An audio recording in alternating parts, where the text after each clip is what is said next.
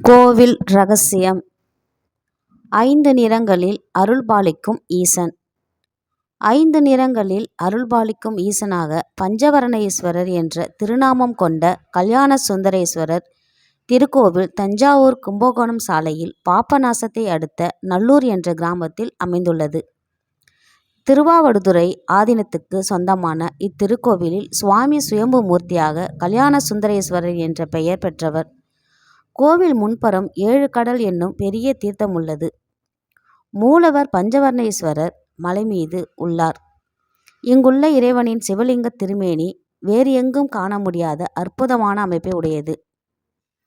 திருநாளில் 6 நாழிகைக்கு ஒரு முறை, ஒரு நாளில் 5 முறை நிறம் மாறுகின்றது. இதனால்தான் இறைவனுக்கு பஞ்சவர்ணேஸ்வரர் என்று பெயர் வழங்குகின்றது.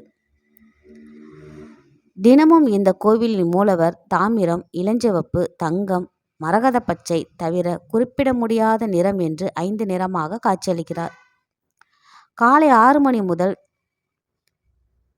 8:24 வரை தாமிர நிறம், 8:25 முதல் 10:48 வரை இளஞ்சிவப்பு, பின் 10:49க்கு உருகிய தங்க நிறம், மாலை 3:36க்கு மரகத பச்சை நிறத்தில் இந்த லிங்கம் மாறுகிறது.